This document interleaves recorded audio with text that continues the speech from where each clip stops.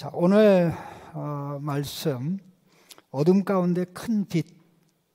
물론 어둠 가운데 큰 빛이 로 오신 분이 예수님이십니다. 예수님인데 우리가 살아가면서 해결할 수 있는 어둠도 있고 또 해결할 수 없는 어둠도 있습니다. 대략적으로 크게 어둠을 얘기하면 한 세 가지 정도, 더 이상도 되지만 세 가지 정도 어둠이 있습니다. 하나는 이제 physical darkness, 물리적인 어둠입니다. 물리적인 어둠은 문명의 빛으로, 기술의 빛으로 해결이 다 됩니다. 여러 가지 옛날에 문화, 문명, 기술이 발달하지 못할 때 정말 이 밤이라는 것은 어떻게 보면 너무나 비생산적인 측면이 있어서 문명, 문화가 발달하면서 밤을 줄이고 또 낮을 연장하는 그런 것을 통해서 상당히 해결이 됩니다. 또 하나인 문제는 moral darkness입니다. moral darkness, 이 도덕적인 어두움. 도덕적인 어둠이라는 것은 결국 이 morality가, 도덕이 상실되고 결국 사람들이 죄악에 빠져가는 그런 문제입니다. 근데 아무리 교육을 해도 또 연수를 하고 또 명상 또 묵상 같은 걸 해도 그게 사실 해결되지가 않습니다. 그 삼성에서 운영하고 있는 그 명상센터가 굉장히 유명합니다. 어마어마한 돈을 많이 투자해가지고 삼성에서 일하는 그 중역들과 또 이게 높은 지위 높은 분들 한 2박 3일 가서 훈련하고 그랬는데 그 시설을 어디에서 봤는데 정말 어마어마할 정도로 그렇게 돼 있습니다. 거기서 명상을 통해서 이제 마음을 가볍게 하고 이제 또 다시 삶을 추스리는 그런 것이 될 수는 있지만 이 모럴 다크니스는 문명의 빛으로 해결이 안 됩니다. 문명의 발달과 기술로 해결이 되지 않습니다. 도덕적인 혼란은 문명이 발달한 나라가 더 심하고 문명이 발달하지 않은 나라는 그렇게 심하지 않습니다. 욕심과 죄악에 사로잡히는 사람들이 문명의 빛을 본 사람들이지 문명의 빛을 보지 못한 사람들은 그렇게 사람이 사악하거나 사실 악독하지는 않습니다. 그 다음에 또 하나 이 도덕적인 문제를 넘어서 또 하나 다크니스가 있는데 이거는 스피리추얼 다크니스입니다. 스피리추얼, 영적인 어두움. 영적인 어두움. 이 도덕적인 다크니스는 사실 우리 인격의 문제와 관련된 부분입니다. 죄악된 습성, 잘못된 거를 고치려고 그러는데 잘 고쳐지지 않고 또 관계를 수정하는 것도 다 어려운데 이러한 상황이 문명, 문화, 기술을 발달시키고 특별히 요즘에 챗 GPT와 관련돼서 어마어마한 그 발전 전진이 이루어져서 상상할 수 없는 상황까지 이르게 돼 있는 걸 보면 참 인간은 대단하다. 인간은 대단하다. 사실 그 챗 GPT한테 우리가 물어봐가지고 걔네들이 답하는 그런 모든 것들이 그게 가능하게 하기 위해서는 인간의 그 뇌구조, 신경망 구조를 다 연구해서 그것을 응용한 결과인데, 근데 그것을 이루기까지 사실 우리는 이게 프롬프트에다가 질문을 하면 금방 스캔해가지고 답이 나오지만 이게 돌아가는 컴퓨터 작동 원리라는 것은요, 상상을 초월할 정도로 어마어마한 데이터를 스캔합니다. 예를 들어서 전 세계에 있는 영어로 되어 있는 모든 데이터를 거의 다 스캔한 다음에 나오는 답이에요. 여러분 이해가 됩니까?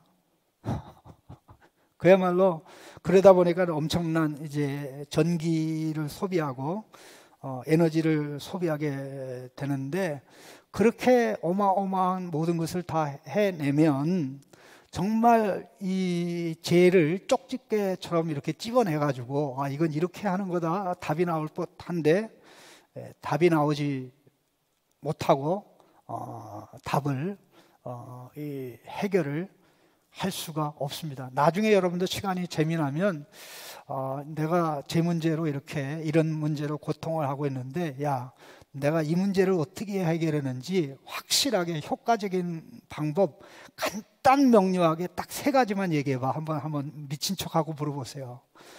그래서 답이 나오긴 나올 텐데, 그렇게 되면 이제 그걸 가지고 실제적으로 해서 해결이 되나 안 되나. 이제 해결이 안 될 것이 분명하니까 그렇게 시도한 다음에 그 채한테 네가 지난번에 이 방법을 써라고 그래서 내가 했는데, 야, 그거 안 되더라. 너 혹시 잘못 얘기한 거 아니냐. 다시 한번 내가 묻는데 이 문제 해결하는데 아주 간단하게 3가지 핵심 요점만 얘기해 줘. 한번 다시 물어봐요. 다시 물어봐서 또 답이 나와도 그건 해결이 안 됩니다. 왜 우리가 엄청난 문화 문명 기술을 발전시키고 또 놀랄 정도로 인간이 이렇게 똑똑할 수 있을까? 어쩌면 농담으로 얘기한다면 아마 하나님도 깜짝 놀라시지 않겠나. 인간이 너무 똑똑해서. 그런데 인간이 너무 똑똑해서 하나님까지 배쳐가는 그런 상황이 되는데, 사실 오늘 본문은 인간의 어두움을 영적인 어두움, 도덕적인 어두움의 원인이 영적 어두움이거든요.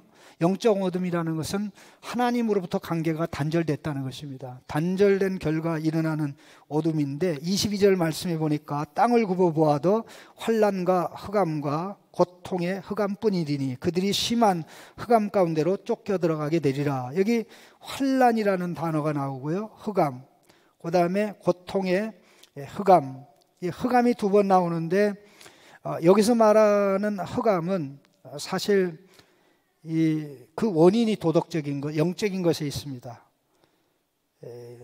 문명의 빛으로 해결이 되질 않습니다. 그러면 환난의 어두움이, 그 고통의 어두움이 어디서 옵니까? 인간이 스스로 해결하지 못하는데, 이 원인은 하나님의 말씀을 배척한 데서부터 나옵니다. 20절 말씀 보시죠. 8장 20절입니다. 마땅히 율법과 증거의 말씀을 따를지니 그들이 말하는 바가 이 말씀에 맞지 아니하면 그들이 정녕 아침빛을 보지 못하고. 자, 하나님 말씀대로 따라가면 해가 뜹니까 안 뜹니까? 예, 뜹니다. 여기서 말하는 정녕 아침빛이라는 것은 우리를 더 밝게 인도하는 하나님의 spiritual light, 영적인 빛, 진리의 빛을 얘기하는 거예요.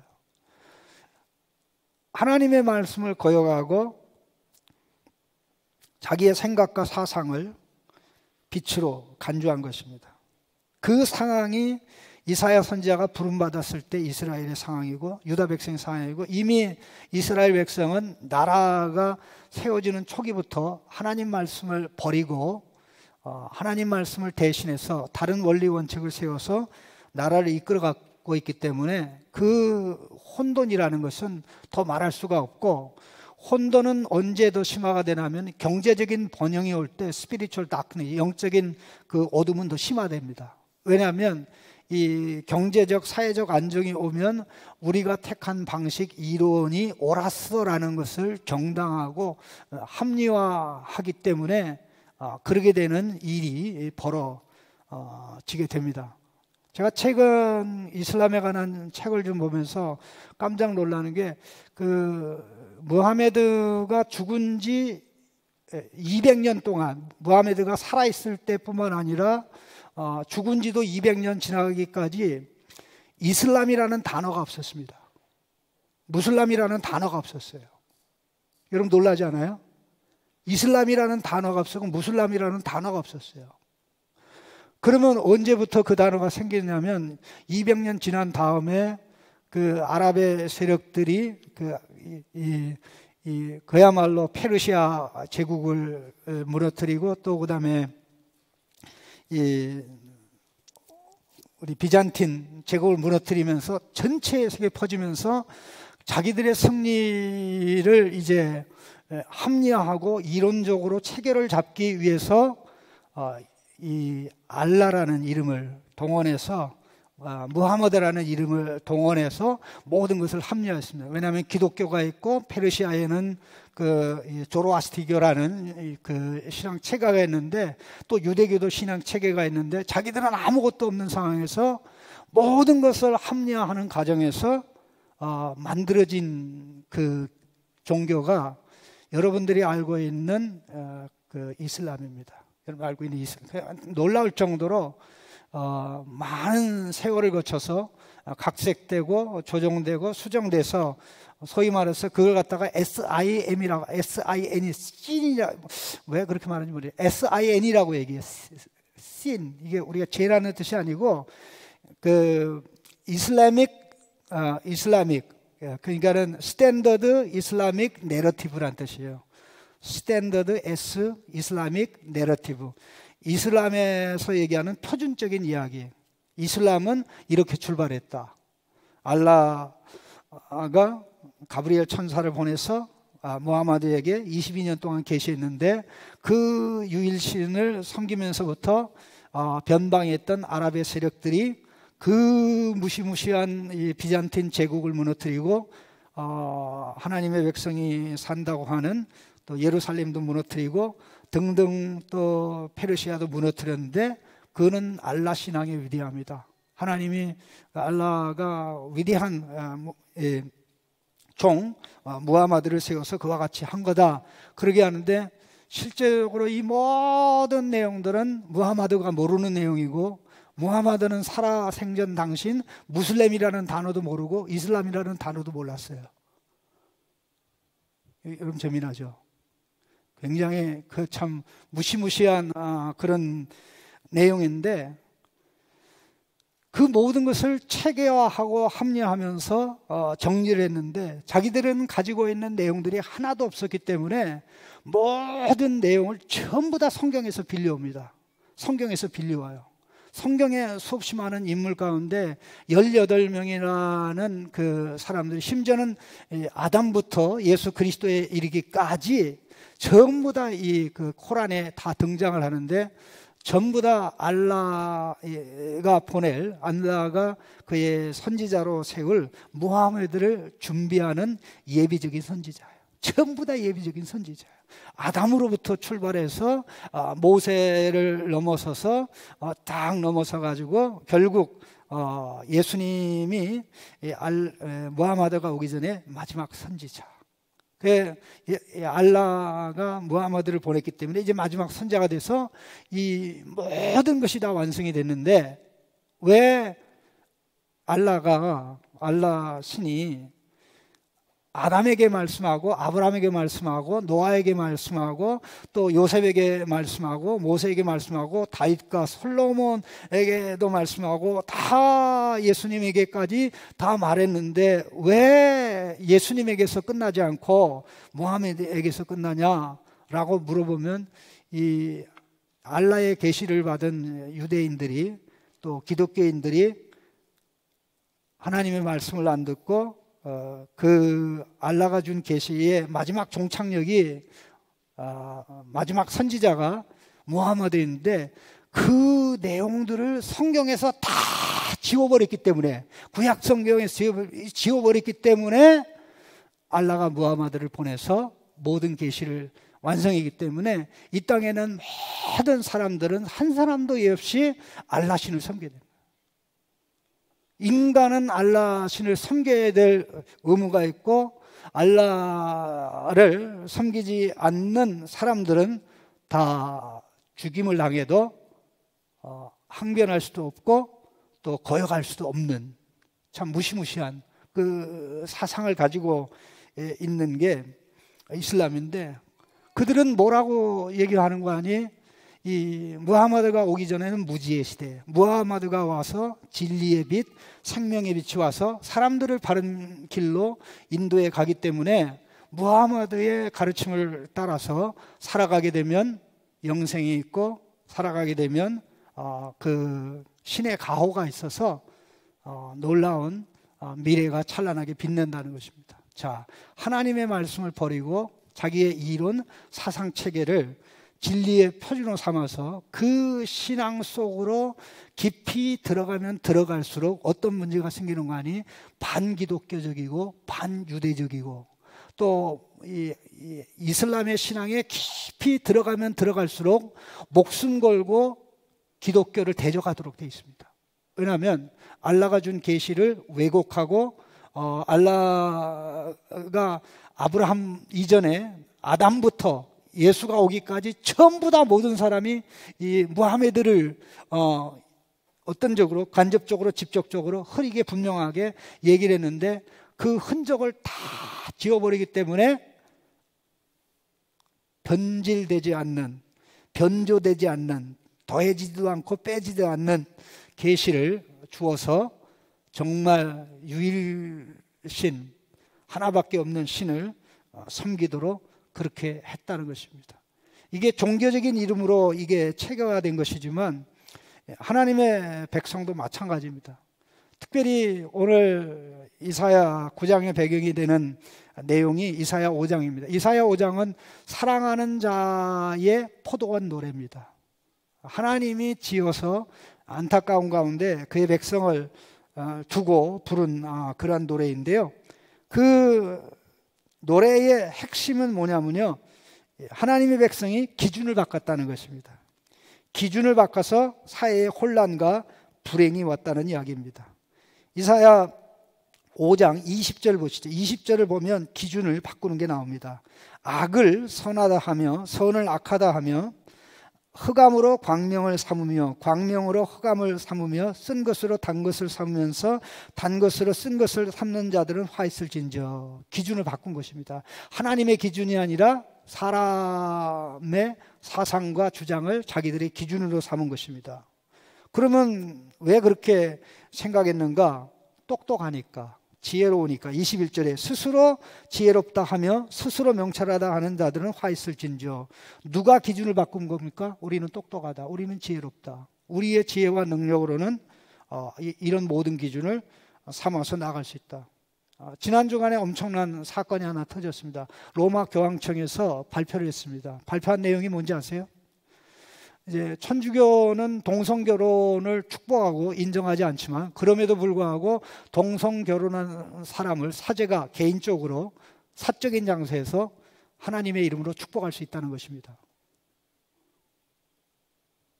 그래서 사진 그 미국의 어느 천주교 사제한테 가서 축복받은 그 동성 결혼자 두 남자예요. 두 남자, 하나는 이제 여자 역할하는 남자고 하나는 이제 남편 역할하는 남자인데 그 사람이 이제 사제에 가서 이제 축복받았다는 기사가 떴습니다.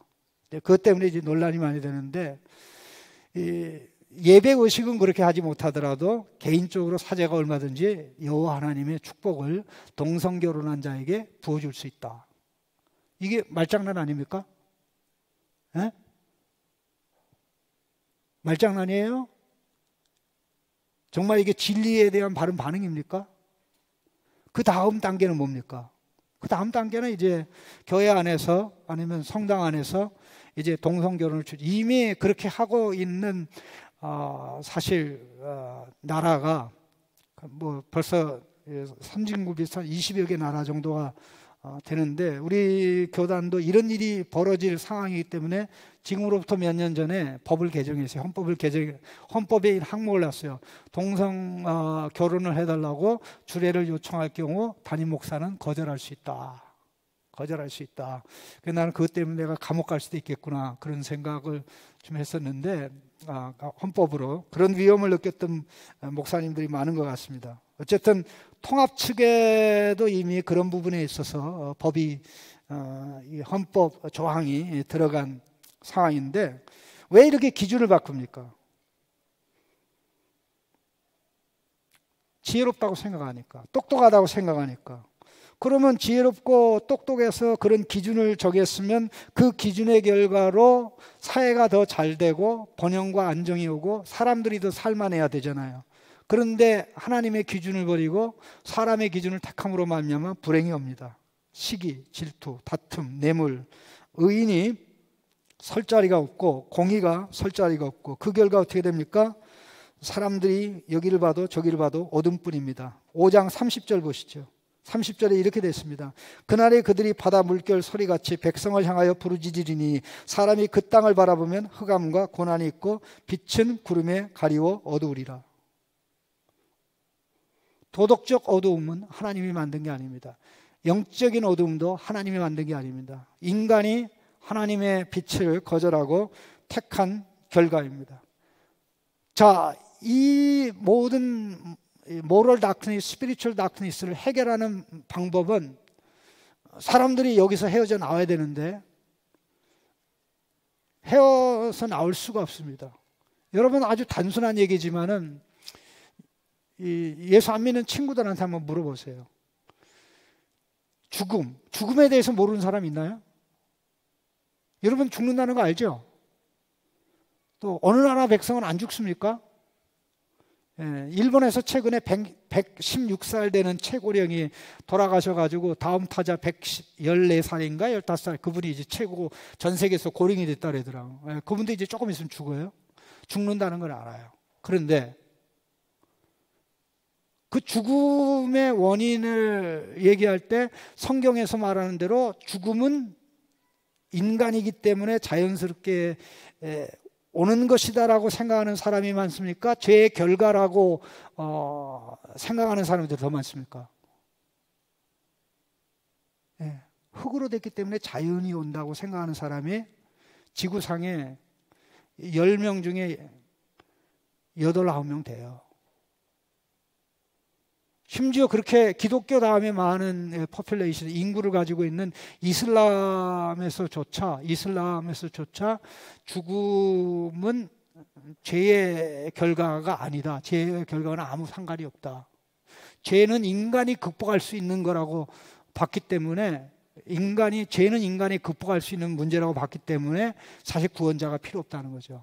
알라는 언제든지 죄를 고백하면 용서해 주기 때문에 누가 대신 피를 흘려야 될 필요가 없다고까지 보는 이유가 결국 죄를 가볍게 보니까 가벼운 것은 누구든지 다 해결할 수 있으니까 인간 외에 누구가 또 인간으로 와서 해야 될 필요가 없다고 생각하는 것인데, 자, 불교에서 죽음 가장 자연스러운 것이죠. 그 예일 대학의 죽음에 관한 강의로 어마어마하게 유명했던 교수가 쓴 책이 있습니다. 사람들이 하도 관심이 많고 어마어마하게 많은 사람들이 강의를 듣는다고 해서 저도 관심 있게 그렇게 살펴보게 됐는데, 근데 내가 그 내용을 보면서 너무 깜짝 놀랐어요. 죽음? 어차피 나에게만 오는 게 아니라 모든 사람이 오는 거니까 이 원인을 찾아서 해결하는 게 아니라 어차피 죽을 것이니까 죽음은 받아들이고 죽기 전에 가치 있게 살자. 그게 핵심이에요. 그게 핵심이에요. 아주 보편적으로 알고 체험하는 이것마저도 하나님의 말씀하는 대로 죽음이 하나님의 말씀을 떠나고 하나님의 말씀을 배척해서 온 것이라면 인간이 죽음을 해결하는 길은 하나님의 말씀으로 돌아가는 길이다. 아무리 노력해도 하나님의 말씀으로 돌아가지 못하니까 하나님의 말씀으로 오신 예수님을 믿고 예수님 안에서 살아가는 것이다 라고 답을 얘기해도 신자들마저도 그렇게 시리어스하게 진지하게 생각하지 않는 그런 측면이 있는 것이죠. 자, 지혜롭게 똑똑하게 대단하다고 해서 하나님의 말씀을 버리고 택했어요. 그런데 그게 흑암인데 그 흑암을 누구도 해결할 수가 없는 것입니다. 그런데 놀라운 말씀의 선언이 있습니다. 9장 1절입니다. 전에 고통받던 자들에게 흑암이 없으리로다. 전에는 옛적에는 여호와께서 스불론 땅과 납달리 땅에 멸시를 당하게 하셨더니 후에는 해변길과 요단 저쪽 이방에 갈릴리를 영화롭게 하셨느니라.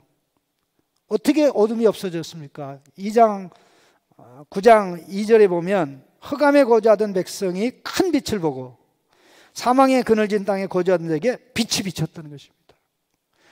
도덕적 어둠에 빠진 사람, 또 영적인 어둠에 빠진 사람이 빛을 만들어낸 게 아니고 빛이 그들에게 비친 것입니다. 꼭 기억하세요. 우리는 태양을 못 만들었습니다. 인공 태양을 만들려고 어마어마한 시간을 들이고 노력하고, 또 이 태양에서 하나님이 태양을 만든 날로부터 지금까지 태양 안에는 엄청난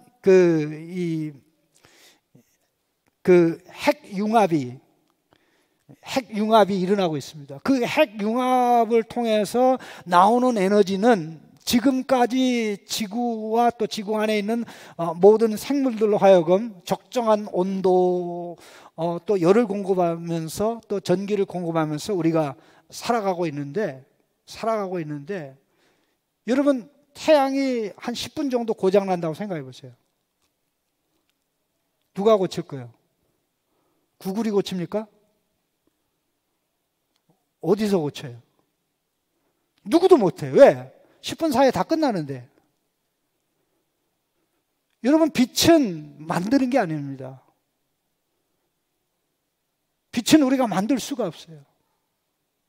인공 태양을 만든다고 하지만, 전기불은 만들어서 그렇게 한다고 하지만, 만든다고 할지라도 모든 만드는데 사용되는 자원들은 전부 다 하나님에게서 오는 거예요.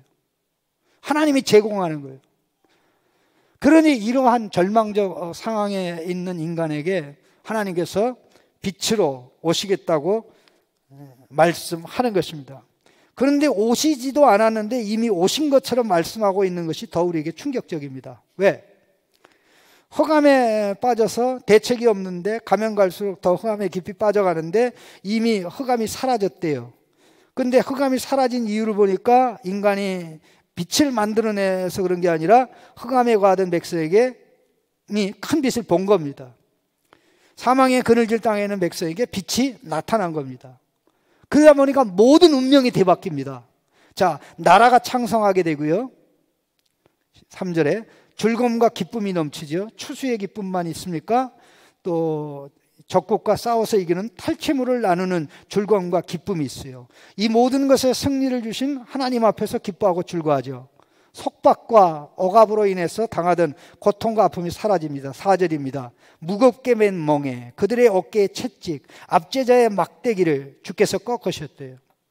미디안 날과 같이 하셨대요. 미디안이라는 것은 우리가 잘 아는 듯이 기드온 때에 이스라엘 백성 아마 13년 동안 아주 고생을 시켰어요. 아주 닭다리 하듯이 이 미디안 족속들이 이스라엘 백성을 농사 잘 짓게 내버려 두다가 추수할 때만 되면 떼거지로 와가지고 추수를 다 해갔어요. 야, 참 무섭죠. 에? 그래서 그때 하나님이 기드온을 세워서 기드온 300용사를 통해서 정말 자유와 해방을 얻도록 하셨는데, 이 모든 백성의 고통과 아픔이 백성의 힘에 의해서 지혜에서 해결되는 것이 아니라 하나님의 해결자를 보내서 해결하셨던 것처럼 빛을 보내셔서 해결하신다는 겁니다. 그러면 우리는 해결책을 만들어내는 것이 아니라 하나님이 제공하는 솔루션을 accept, 하나님이 제공하는 솔루션을 받아들이는 것입니다. 이게 예수 믿는 거예요. 빛으로 오신 예수님. 자, 그것을 결정적으로 알 수 있는 게 바로 빛이 왔다, 큰 빛이 왔다, 빛이 비쳤다. 그러면 이 빛을 받아 누리려면 어떻게 됩니까? 나는 어둠에 있다는 사실을 인정해야 됩니다. 내 안에 있는 빛도 빛이 아니다. 내 안에 있는 광명도 광명이 아니다. 세계관이, 가치관이 잘못되어 있는 상황에서는 어둠을 영광으로 보지 어둠을 어둠으로 볼 수 있는 능력은 없습니다. 그렇기 때문에 빛이 비쳤을 때 사람들이 빛을 받아들이는 거죠. 그래서 그로 말미암아 놀라운 해방과 자유의 삶이 이루어지는데, 그 근본적 이유가 뭡니까? 우리가 잘 알고 있는 6절의 말씀입니다. 빛이 뭐 때문에 나타났는가? 큰 빛이 뭐 때문에 나타났는가? 6절, 이는 한 아기가 우리에게 낳았고 한 아들을 우리에게 주신 바 되었는데 그의 어깨에는 정사를 메었고 그의 이름은 기묘자라 모사라 전능하신 하나님이라 영존하시는 아버지라 평강의 왕이라 할 것입니다. 7절에 정사와 평강의 더함이 무궁하며 또 다윗의 왕자와 그의 나라에 군림하여 그 나라를 굳게 세우고 지금 이후로 영원히 정의와 공의로 그것을 보존하실 것이라. 메시아가 오심으로 말미암아 샬롬이 온대요. 메시아가 오심으로 자동적으로 샬롬이 이루어지는 게 아니라 그분이 정의와 공의를 실현할 것이기 때문에 그렇습니다. 여러분, 정의가 없는 곳에는 샬롬이 없습니다. 꼭 기억하세요. 정의가 없는 곳에는, 공의가 없는 곳에는 샬롬이 없습니다. 악인에게 샬롬이 없느니라고 그랬어요. 악인에게 하나님의 기준이 아닌 사람의 기준이 판치고 이끌어갈 때, 사람의 기준이 모든 사람을 지배하고 다스릴 때 거기에는 샬롬이 없습니다. 오히려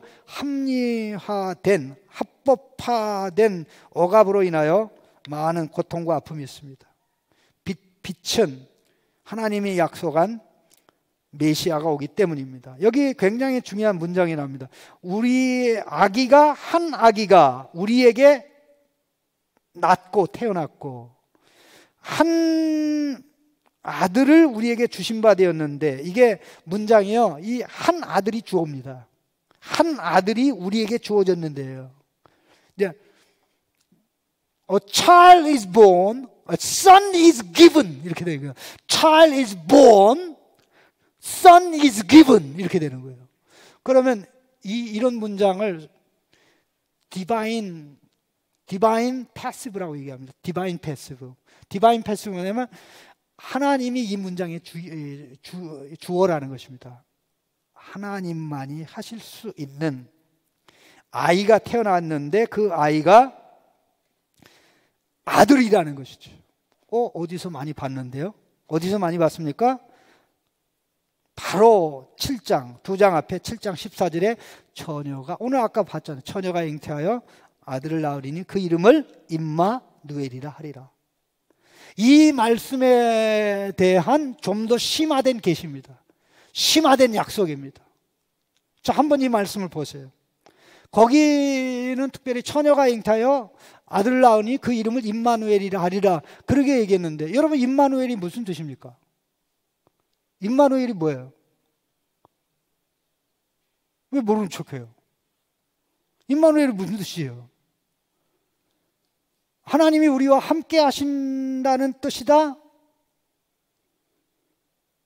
왜 손 안 들어? 하나님이 우리와 함께 하신다는 뜻이다. 손 들어요. 그렇게 생각하면 손 들어. 빨리 손 들려니까. 어휴, 되게 많이 드네. 그 뜻이 아니다. 우리와 함께 하신 하나님이란 뜻이다라는 사람 손 들어요. 예, 이미 결정됐어요. 어떻게 결정됐습니까? 임마누엘은 하나님이 우리와 함께 하시는, God is with us. 하나님은요, 언약 백성에게 늘 약속하셨어요. 내가 너와 함께하마. 아브라함에게 내가 너와 함께, 이삭에게 내가 너와 함께하마. 밧단아람 보러 가는 야곱에게 내가 너와 함께하마. 그런데 이게 임마누엘이 하나님이 함께 하신다는 평범한 약속이 아니고요, 특별한, 그 임마누엘, 그냥 하나님이 우리와 함께 하신다, 창신 공동체 하나님이 함께 하신다, 임마누엘 이렇게 된 게 아니고, 그 뜻은 임마누엘, 하나님이 우리와 함께 하신다라고 그러면 문장이 임마누엘 되면 안 되고 어떻게 돼야 하냐면 엘 임마누가 돼야 돼요. 이게 뭐야? 엘 임마누. 한번 따라합시다. 엘 임마누. 엘이 하나님이야. 임마는 with라는 뜻이에요. 함께라는 뜻이에요. 우리. 그러니까는 엘 임마누가 무슨 뜻이에요? 하나님이 우리와 함께 하신다는 뜻이에요. 엘 임마누가. 히브리어로. 그러면 임마누엘은 뭐예요? 임마 with us God 이란 뜻이에요. with us God.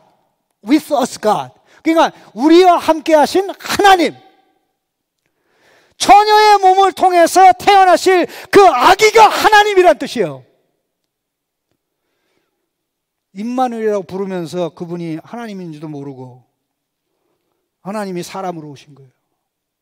그것을 설명하고 주석하고 상세히 이름을 소개하는 게 바로 여기에 나오는 한 아기가 우리에게 낳았고 한 아들을 우리에게 주신 바 되었는데 그 어깨는 정사를 메었고 이름은 기묘자라 모사라 전능하신 하나님이라 영존하신 아버지라 평강의 왕이라 할 것입니다. 자, 다른 건 다 빼놓고 여기서 사람에게 절대 붙여질 수 없는 이름이 있죠.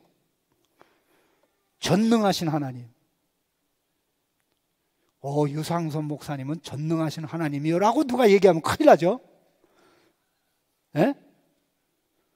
사람에게 그렇게 할 수가 없어요. 어떻게 전능하신 하나님이라고 그래요.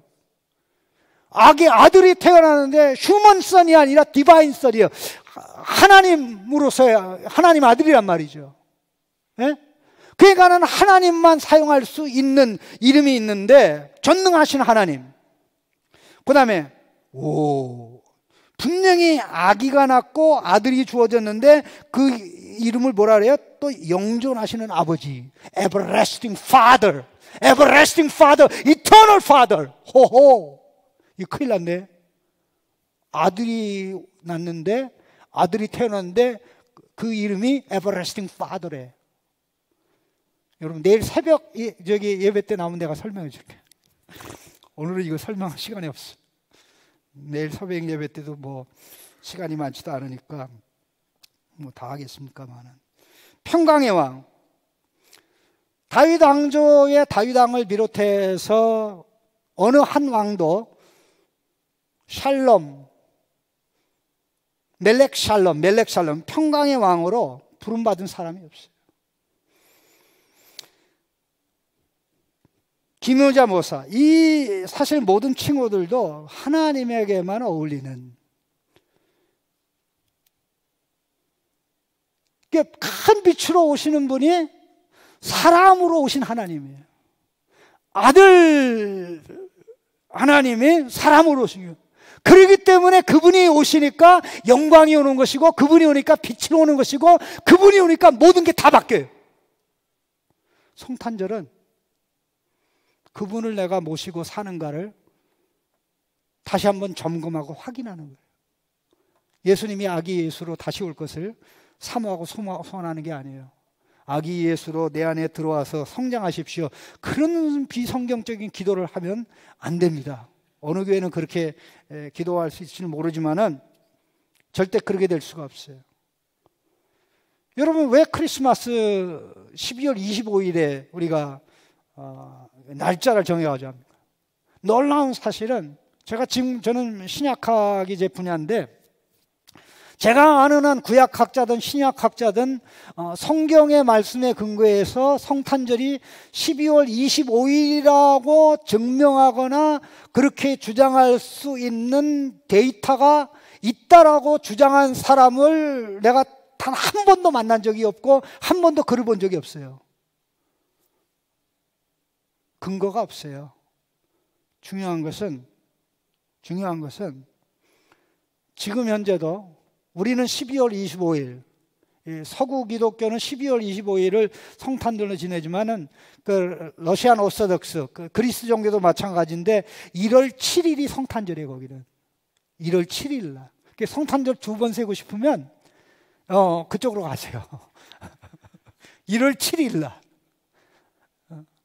그게 성탄절을 잡은 게 수태일을 기준으로 해가지고 수태일이 3월 25일이에요. 그러니까 3월 25일 기준에서 10개월을 딱 해가지고 12월 25일이 나온 거예요. 그런데 그 언제부터 그렇게 됐냐면 예수님이 이 땅에 오신 지 300년 지난 다음에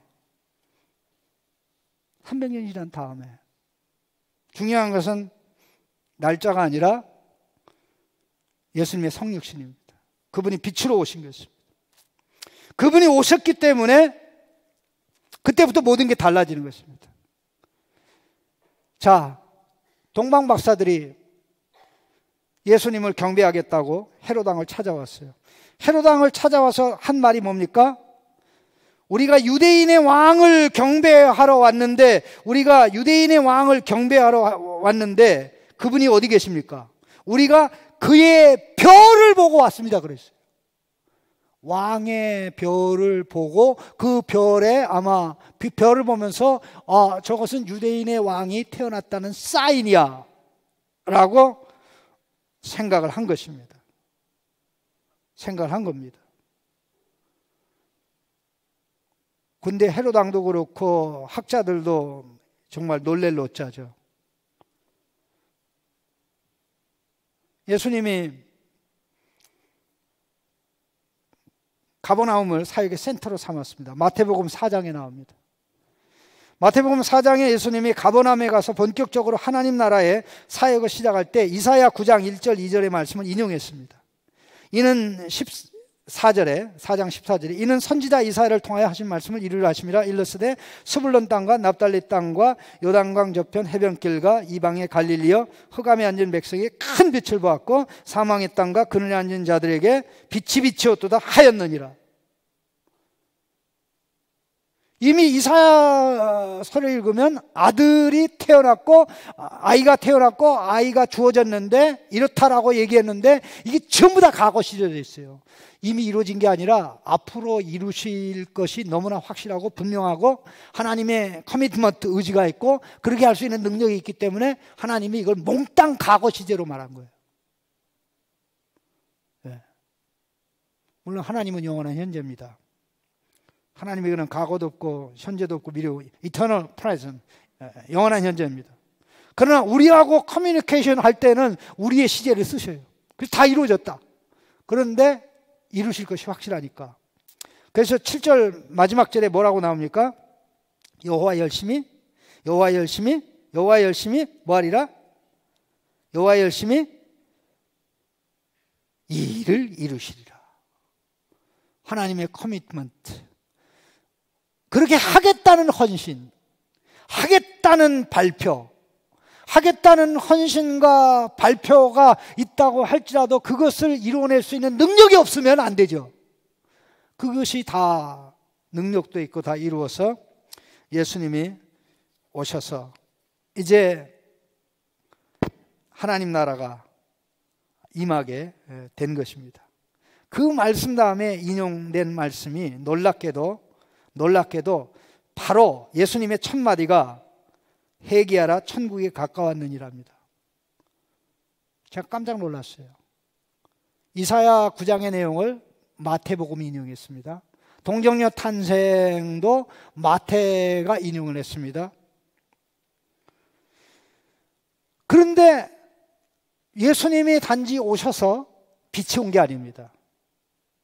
큰 빛이 예수님이 오셔서 단지 온 게 아니고 예수님이 오셔서 모든 것을 하나님 말씀에 근거해서 하시기 때문에 예수님 안에 빛이 있는 것입니다.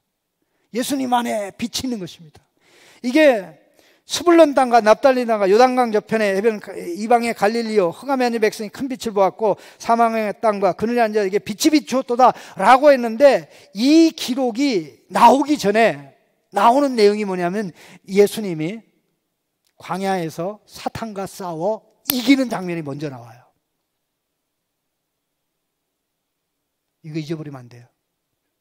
세례받고 성령에 이끌려 광야로 가셔서 40일 금식하시는 가운데 사탄이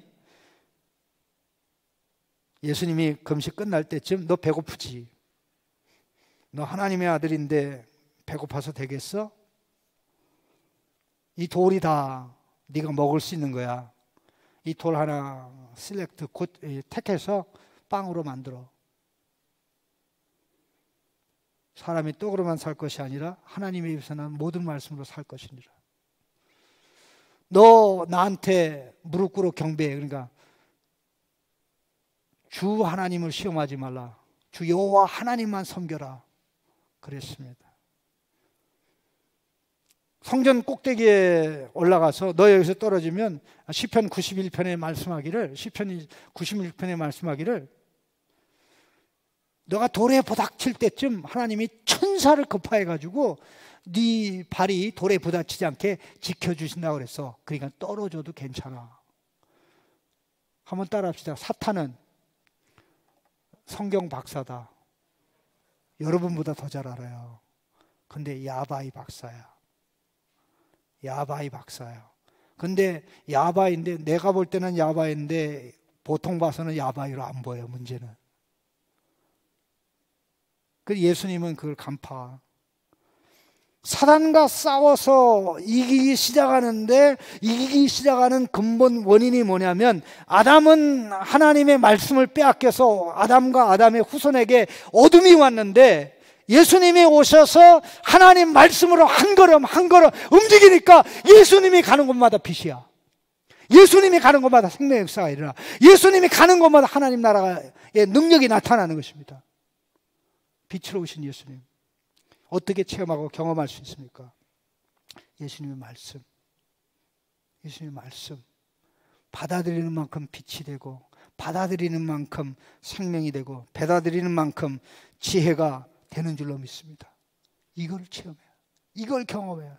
아, 예수 영광의 빛이요, 예수 지혜의 빛이요, 나의 빛이 되어 주옵소서 하고는 성경 말씀하고 왼수가 되어 살면 빛이 나를 지배하고 다스리는 게 아니라 나는 어둠 족속이 돼서 어둠을 헤어나오지 못하게 되는 것입니다. 우리 주님은 말씀이신 분이 말씀의 성취로 오셔서 말씀을 하나하나 성취하셨습니다. 그 예수님의 말씀을 가지고 성령이 우리 안에서 역사해요. 빛으로, 생명으로 이끌어 가십니다. 이번 성탄절, 성탄 시즌을 맞이해서 정말 나는 이제 말씀의 빛을 받아야 되겠구나. 말씀의 빛이 점점 커지는 자로 살아야 되겠구나. 제가 좋아하는 성경 구절이, 빛에 관련 구절들이 굉장히 많은데, 주의 계명은 빛이요 등불이요 라는 말씀도 있고, 이거는 잠언서에 나오는 내용이고, 시편에도 보면 주의 말씀은 내 발의 등이요, 발등, 발의 등이요, 발등. 주의 말씀은 발등이요, 길빛, 내 길의 빛이니다. 발등 길빛 해가지고 내 발의 빛이요, 내 길의 빛이니다. 이게 앞을 비춰주고 멀리를 보고, 이거는 이 단기적인 안목, 장기적인 안목, 이 디테일, 방향. 이 두 개면 다 해결되는 거 아니에요? 나 지난번에 한 달도 안 돼 수락산에 가가지고 죽을 뻔했어요. 왜냐하면 3시 반에, 요즘은 5시 20분도 되기 전에 해가 져요. 근데 월요일 날인데 이제 뭐 교회 또 이 입간 예배 드린 데가 있어가지고 멀리도 못 가고 이제 쉬지도 못하고, 또 그 수락산에 있는 근처에 있어 입간 예배를 드리게 돼가지고 제가 교역자를 3명을 꼬셔가지고 데리고 갔어요. 야, 우리 끝나고 빨리 턱껴서 우리 산에 가자 그랬더니 3명이 왔어요. 그 목사님 2분하고 이제 전사님 1분이 왔는데, 수락산에 올라가려고 딱 출발을 했는데 이미 보니까 3시 반이야. 근데 그럼 수락산 정상까지 올라가는 게 쉽다고 생각했는데, 나는 5시 이전에는 정상에 가리라고 생각했는데 택도 없는 거 있죠. 계속 올라가다 보니까 시간을 딱 보니까 실종사가 나에게만 날 뿐만 아니라 우리 교역자들에게 날 가능성이 있어가지고 내가 특명을 내렸어요. 여러분들은 나는 먼저 갈 테니까 올라오다가 무조건 5시 되면 하산해. 무조건 5시 되면 명령이야. 5시 되면 하산해. 안전하게 차에 도착해야 등산 끝난 거야. 정상에 올라가는 게 등산이 아닙니다. 안전하게 차로 돌아가 집으로 가는 게 이게 등산의 끝이에요. 나는 항상 그렇게 생각해요. 근데 나는 그렇게 생각하면서 속으로는 나는 정상에 다 올라가서 찍고 이제 그 건너편으로, 동쪽에서 출발해서 서쪽으로 횡단해가지고 저녁 식사 장소에 가서 이제 안전하게 도착할 거라 생각했는데, 웬걸 정상에 딱 도착하니까 해가 졌어요. 근데 내 손에는 후레쉬가 없었어요. 끔찍하더라고요.